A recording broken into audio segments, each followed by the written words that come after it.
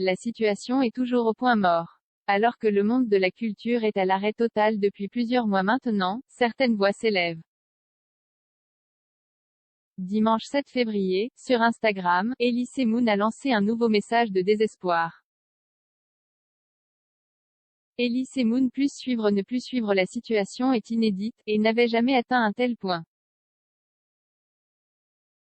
Avec la pandémie de coronavirus qui s'est abattue sur l'Hexagone, le quotidien de millions de Français a radicalement changé.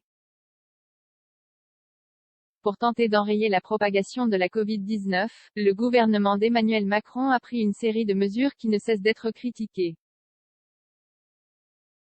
Entre l'hypothèse d'un troisième confinement, et la mise en place d'un couvre-feu à 18 heures, les Français sont divisés. Pendant ce temps, les restaurants gardent portes closes et le monde de la culture est plus que jamais en souffrance. Impossible de se rendre au théâtre ou d'assister à un concert, tandis que les salles de cinéma sont inéluctablement vides. Pendant ce temps, de nombreux artistes, le cœur en peine, crient leur désespoir, espérant atteindre les hautes sphères de l'État. C'est le cas d'Elise Moon. C'est trop long. Déjà il y a quelques mois, l'humoriste a été confronté au pire, le décès de son papa.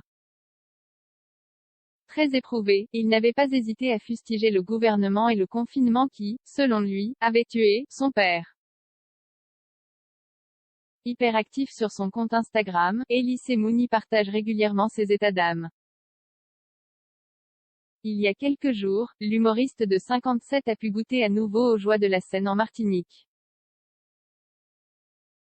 Mais ce n'est pas suffisant. Alors, dimanche 7 février, c'est dans sa story Instagram qu'il a envoyé un message fort au gouvernement. Quand est-ce que ça recommence?